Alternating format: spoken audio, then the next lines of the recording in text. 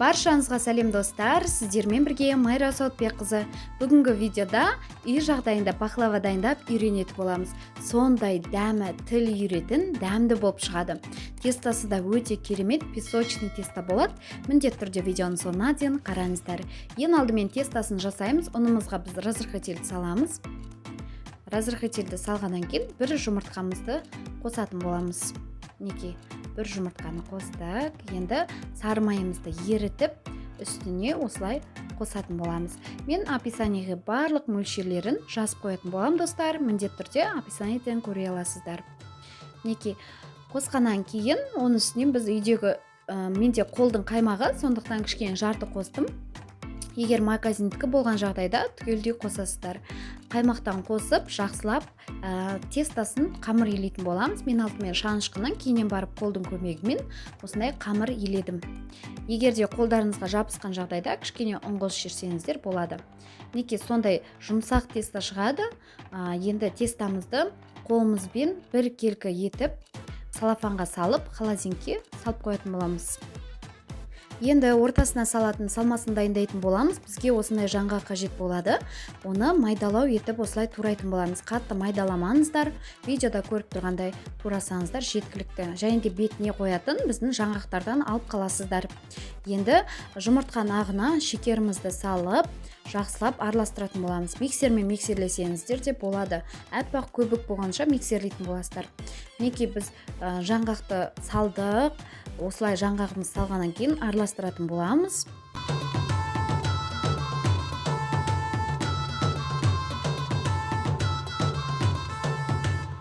Енді холодильниктегі тестамызды алып, 3 бөлікке бөлетін боламыз. Теңдей 3 бөлікке бөліңіздер, болмаса, егерде противенге кішірек қылып жасайтын болсаңыздар, 4 бөлікке бөлсеңіздер де болады. Мен осылай 3 бөлікке бөлдім. Жақсылап ұнымыздың көмегімен жұп-жұқа етіп жаятын боламыз. Қатты жұқа қылмай, орташа көлемді осы мен видеода көріп тұрғандай жайсаңыздар жеткілікті. Неке, осылай ақырын ғана қолымыздың көмегімен жайып аламыз. Осылай жұп-жұқа болғаннан кейін кішкене сынғыштау келеді, өйткені песочный теста болғандықтан ұнымыздың көмегімен міндетті түрде жайыңыздар. Осылай жұқалау болғаннан кейін осылай бірінші қайырып алып, осы противенге салатын боламыз. Екіншісінде жайып дайындап аламыз.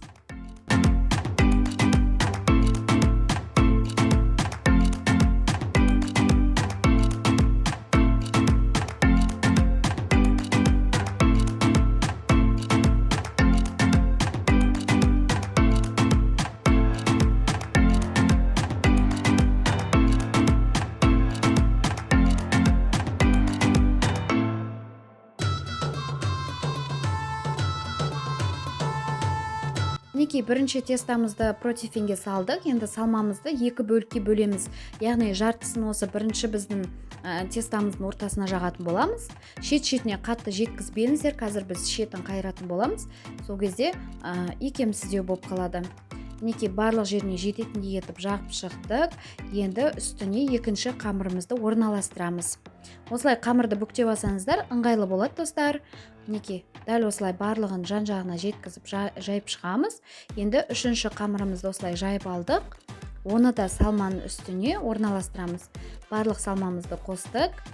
Енді үшінші бөлігін тура осылай орналастыратын боламыз.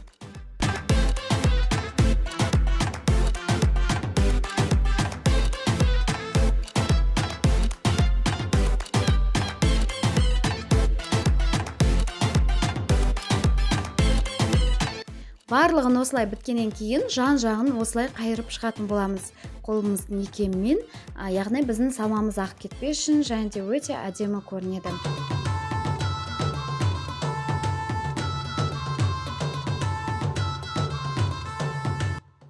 Мінекей, достар, енді пышақтың көмегімен осылай ромбик жасап шығатын боламыз. Әрине, ең астына жететіндей етіп қатты кеспейсіздер, тек қана бетіне осылай бір слой ғана кесілетіндей ромбик жасап кесіп шығатын боламыз.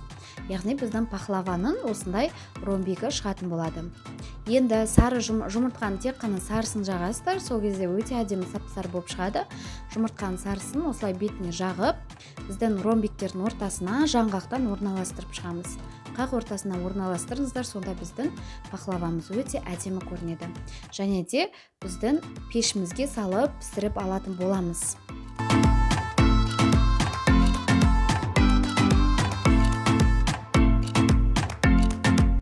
Пахлавамыз піскенше бетіне қосатын шәрбәтін дайындайтын боламыз. Суымызға және де құмшекерімізді қосамыз, балымызды қосып, жақсылап араластыратын боламыз. Яғни пахлаваны қарап тұрыңыздар, пісуге бір 10 минут қалған кезде біздің шәрбәтімізді бетіне құятын боламыз. Мінекей, менде қатты піскен жоқ, кішкене ғана қызарғаннан кейін, уже пісуге бір 10 минут қалған кезде осылай кесіп аламыз. Яғни бізге піскен кезде бір-біріне жабысып қалады. Осылай пышағымыздың көмегімен кесіп алғаннан кейін үстіне шәрбәтімізді құйып, қайттан пешімізге салып пісіріп алатын боламыз, достар. Мінекей, достар, біздің пахлава пісіп шықты. Сондай шәрбәтпен бірге өте дәмді, әдемі көрініп тұр. Және де ортасы сондай жаңғақпен бірге дәмді пахлаваның нақ өзі болды. Және де жасалу жолы өте оңай, достар.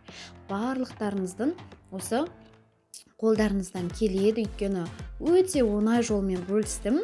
Осындай биіктікте әдемі дастарханның көркін ашатын және де песочный тесто болып шықты. Міндетті түрде жасап көруге кеңес беремін.